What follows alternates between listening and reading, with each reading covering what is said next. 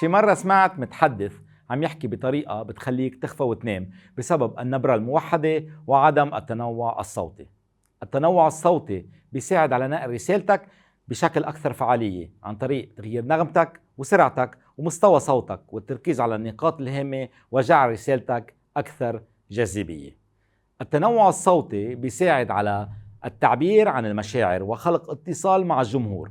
تغيير نغمتك وسرعتك بخليك تعبر عن المشاعر من الحماس للقلق أو حتى للجدية، وإقامة اتصال عميق مع الجمهور واستخدام صوت قوي وواضح بيساعد على إقامة مصداقية وبيخلي خطابك أكثر إقناع وتأثير. دايما تذكر تغيير النغمة والسرعة ومستوى صوتك لتلائم خطابك. كل حدا عباله يطور من مهارات فن الخطابة يتواصل معنا.